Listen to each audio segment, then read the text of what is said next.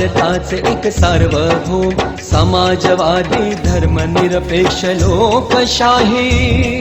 गणराज्य घडवण्याचा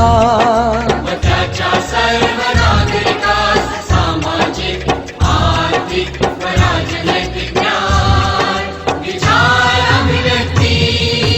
विश्वास श्रद्धा व उपासना यांचे स्वातंत्र्य दर्जाची व संधीची समानता निश्चितपणे प्राप्त करून देण्याचा आणि त्या सर्वांमध्ये व्यक्तीची प्रतिष्ठा व राष्ट्राची एकता आणि एकात्मता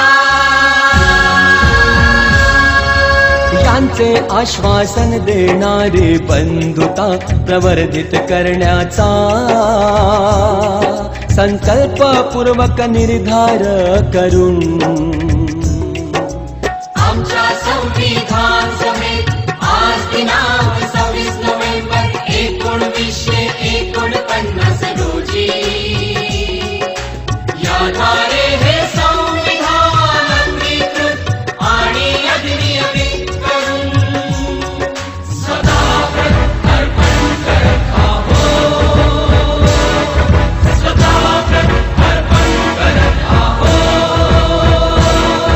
सदा अर्पण करत आहोत